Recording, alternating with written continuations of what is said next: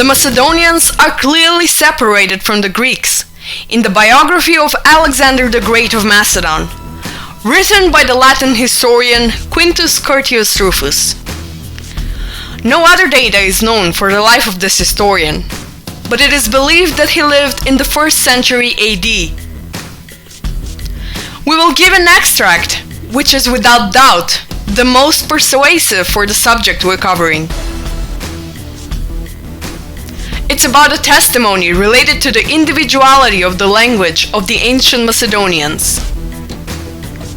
Quintus Curtius Rufus very clearly writes that the ancient Macedonians and the Greeks communicated with each other by translators. An event is known when the Macedonian Philotas was on trial for preparing a conspiracy for the murder of Alexander the Great. The conspiracy was discovered, and Philotas was publicly interrogated by Alexander himself.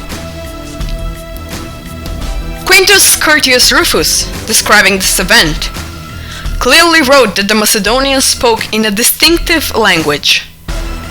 He even quotes a statement by Alexander the Great himself, in which he, addressing the Macedonians in first person plural, mentions, quote, "the mother tongue and our language." Alexander addresses Philotas with the words, "The Macedonians are going to judge your case. Please state whether you will use your native language before them."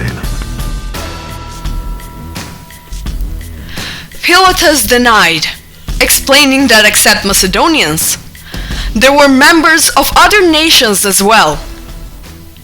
To this, Alexander told the people who were present, "Do you see how offensive Philotas finds even his native language? He alone feels an aversion to learning it. But let him speak as he pleases. Only remember, he is contemptuous of our way of life as he is of our language."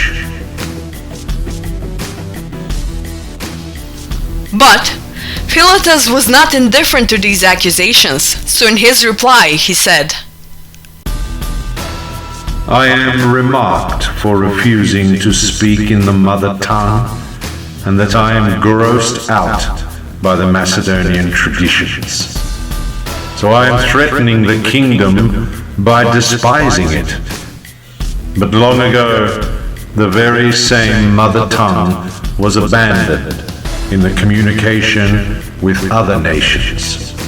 So the winners and the defeated had to learn a new foreign language."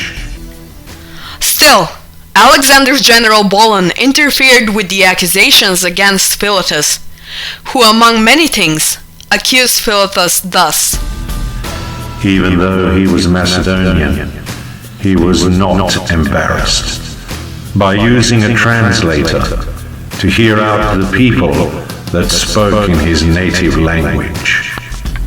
This event is so clear in relation to the existence of an individual Macedonian language that no comment is needed.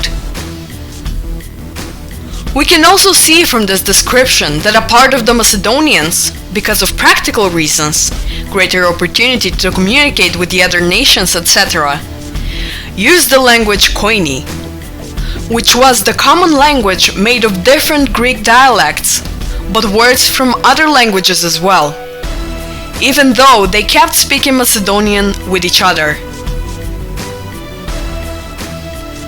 We can see that during the trial of Philotas, he was scolded by Alexander for not wanting to address the Macedonians in the mother tongue. Philotas then accused Alexander of introducing the language Koine, and said that the Macedonian language was neglected long ago. So now, even the winners, the Macedonians, and the defeated, the Greeks, Persians, and other people under Macedonian reign, had to learn this new language. Bolon interfered, accusing Philotas that even though he was Macedonian, when he had the opportunity, he communicated with the Macedonians using translators.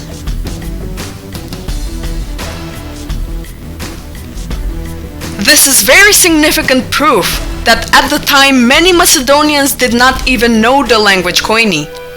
So when they wanted to address someone, they did it using translators. Philotas, even though he knew the Macedonian language, did not want to listen to the Macedonians talk in their own language, but insisted on listening to their words translated into Koine.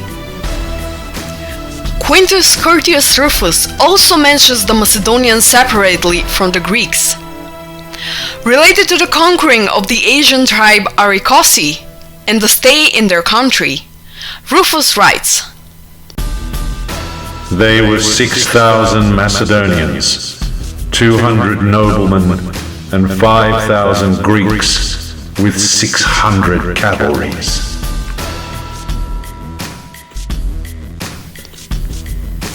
And this is yet more strong evidence against the present-day Greek propaganda.